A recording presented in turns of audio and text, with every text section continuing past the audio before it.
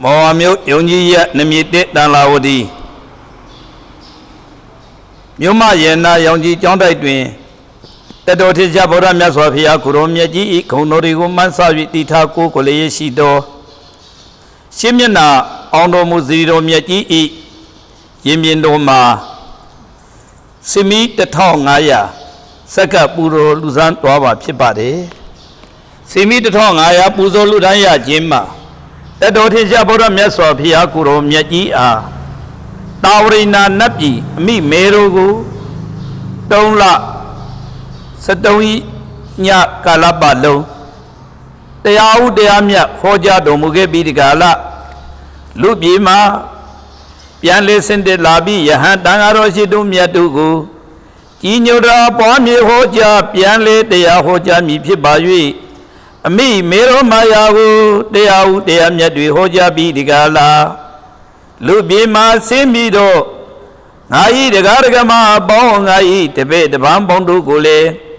တရားဒေသနာတော်မြတ်တွေအာထုတ်နိုင်ရန်ဆိုပြီးတော့ဝါတွင်ကာလမှာတာဝရိနာနတ်ပြည်မှာအမိမေတော်ကိုတရားဟောခဲ့ပြီးဝါတွင်ကာလကျွတ်တဲ့အခါမှာလေဟောဒီလူနတ်မြမနတ်တတ္တဝါတွေအပေါင်းတို့နေထရာဒေတာအောက်ပိုင်းဒေတာတို့ကိုလည်းငါဒီပြန်လေကြွချီလာပြီဒါကြောင့်မြတ်စွာဘုရားကိုရောမြတ်ကြီးရေကနေ့1380ခုနှစ်တရင်ကျွလပြည့်တရင်ကျွလဇန်15ရက်မြတ်မင်္ဂလာအခါတော်နေ့မှာလူပြည်ကိုပြန်ဆင်းလာတဲ့ခါကျတော့နတ်တွေကမြတ်စွာဘုရားကိုရောမြတ်ကြီးကို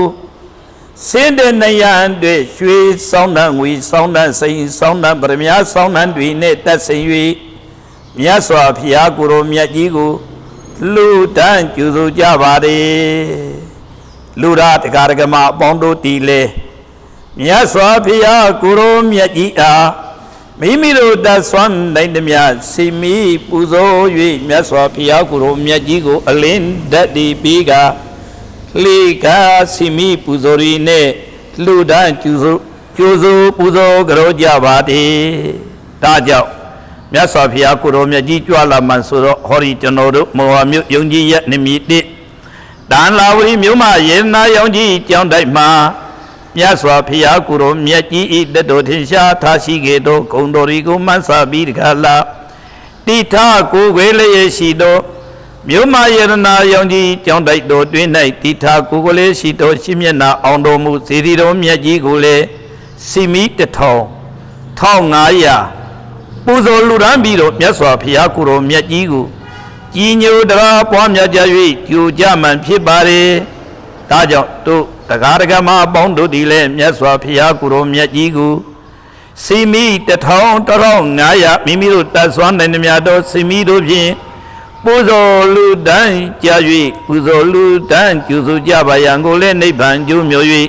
နှုတ်သောတမှုပြုအပ်ပါတယ်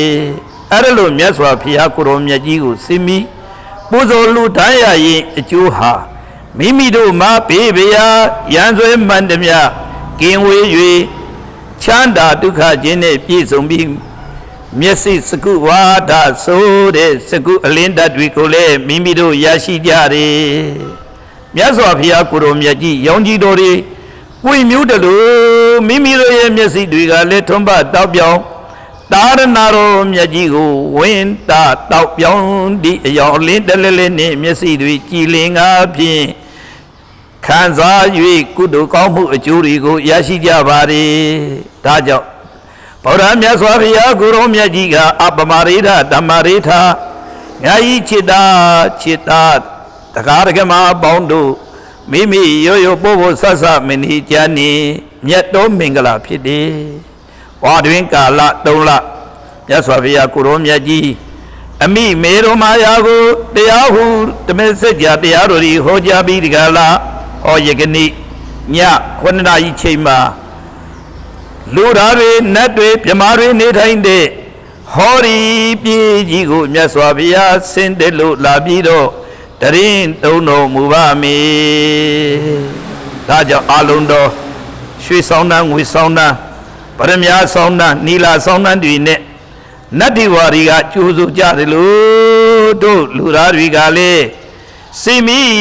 1000 1500 2000 3000တွေဖြင့်ပူဇော်၍လူတန်းကျူဆိုကြပါမည်ဒါကြောင့်ဟောအဖေယအဲ့ဒါကြောင့်မြို့မရင်နာရောင်ကြီးကြောင်းတိုက်ရှင်းမျက်နှာစီရီတော်မြတ်ကြီးမှာမြေတုမေဆိုလာရောက်ပူဇော်လူရန်နိုင်ပါကြောင်းနှင့်မြေတုမေဆိုပူဇော်ကြောနိုင်ပါကြောင်းနိဗ္ဗာန်ကျိုးမြော်၍